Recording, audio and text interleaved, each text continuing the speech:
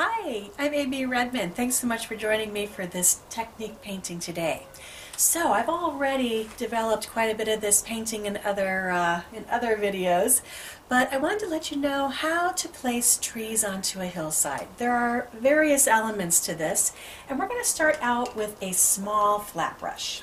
So we're going to get that dried off.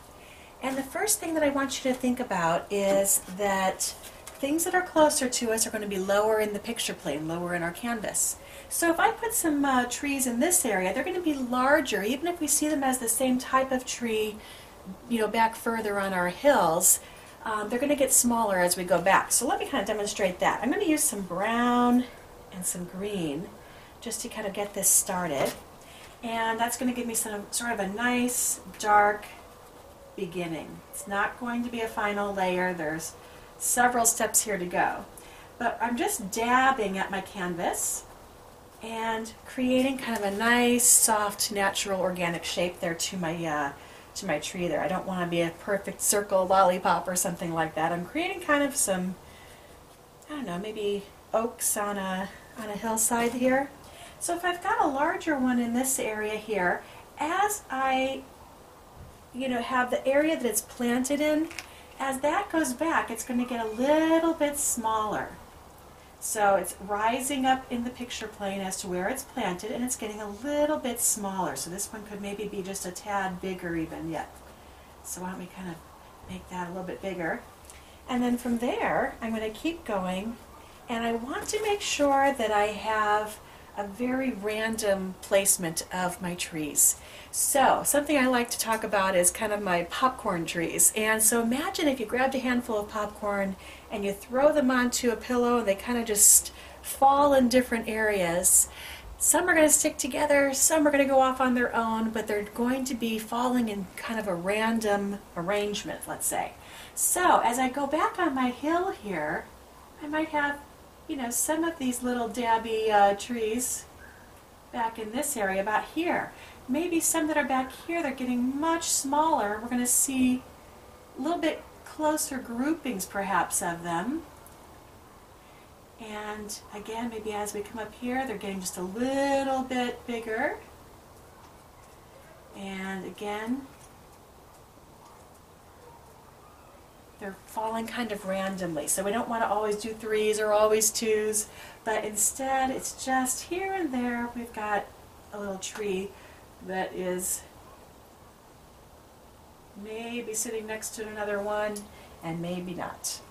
So we're just going to dab in a few around our hillsides here. And so maybe I have a few up in here. They get so small that you're not even really distinguishing them as the exact same shape that we have here, but instead your mind is just saying, oh yeah, that's just more of those same kinds of trees there, but they're just much further away because they're of course rising higher into our hills, but they're getting much smaller. So that's the key, is to make sure that they get smaller. And so here it's almost like it's just little groupings and maybe kind of getting foresty, and it's not so separate as it is as it's coming closer down into this little valley here.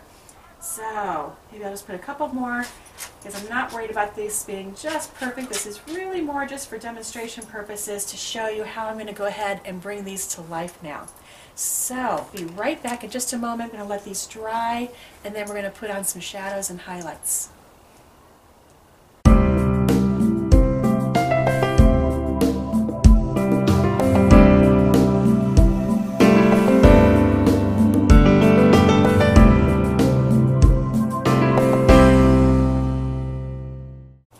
Back now with some dry little popcorn trees here, and now I'm going to actually take a little bit of my dark blue, a little touch of brown, and some green, and I'm going to create my shadow sides. So if you can see on the mountains that I created earlier, my shadow side is toward the left, so our sun source is coming from up over here.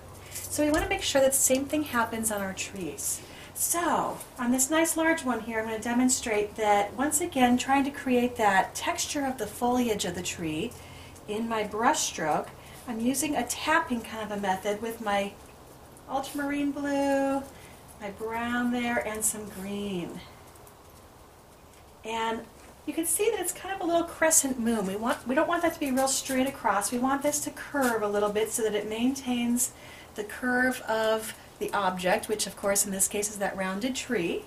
And we'll keep going around like that and adding this little crescent moon. And it's kind of tilted on its edge here because we want that sun source to be here. So our highlight side is going to be right over here. So you can add as much of the blue or green or brown as you would like. It's always up to you as to, what effect you really like. And you can always tap into that and, change that color up a bit as you choose to. So as we get onto these smaller trees, you're just going to kind of be dabbing on that bottom left edge there and just getting a little bit of that effect. So these larger ones here, we're seeing quite a bit more of this shadow effect. Back here where we had lots of just little indications of trees and it's getting maybe a little more grouping of foresty nature back here, we're just going to be kind of tapping in. We're not worrying about exactly where it is as much. We're just tapping it in. I'm going to wash my brush out now. And I'm staying with this small flat brush throughout this particular demonstration. And this time I'm going to use some of this yellow here, that chrome yellow. And I'm going to try it just by itself. Okay, I think that's maybe just a little too yellow, so I'm going to add a little touch of green into that just to soften that up a bit. Sometimes the yellow right on top of that brownish green, it will actually be about where you want it to be because it'll take on this kind of springy green sort of an effect. So I'm going to go ahead and take that yellow and green there. So I always test it out. It seems to change every time. So you see what it needs for you. And I might tap just a little tiny bit into my shadowy side just because it's not going to, light dapples and filters through the trees. It's not going to stay really exact on one side or the other.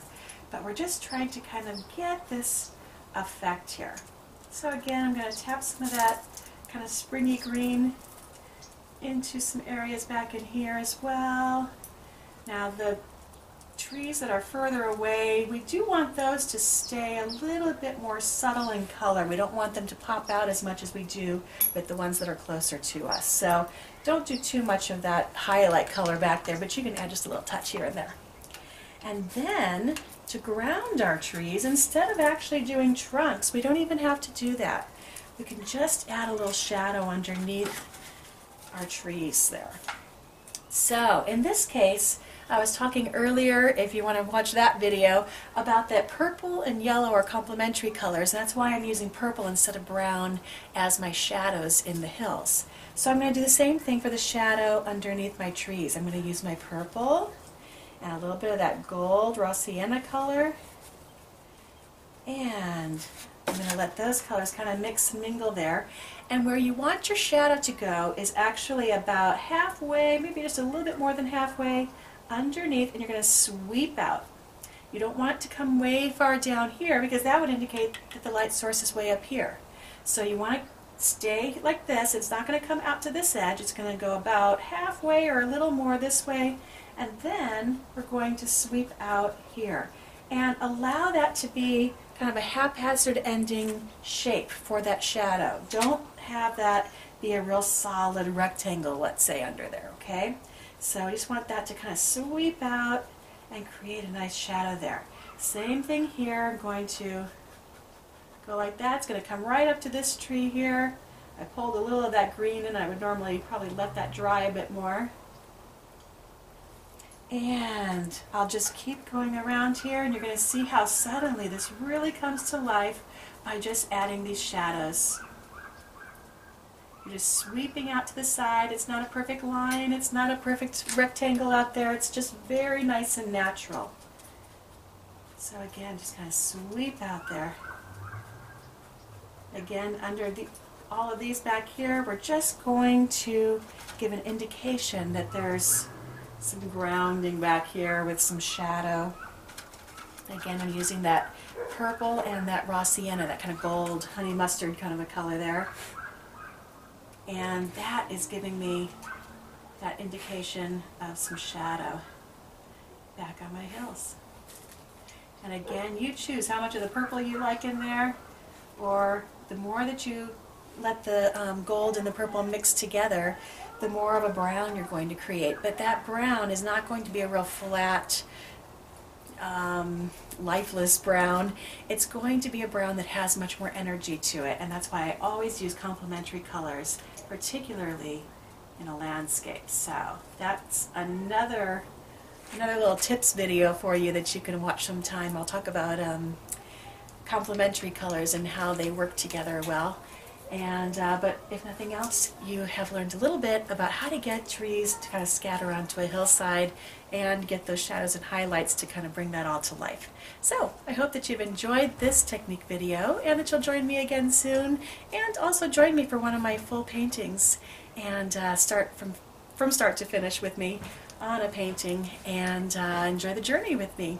So thanks so much for joining me, and have a great day.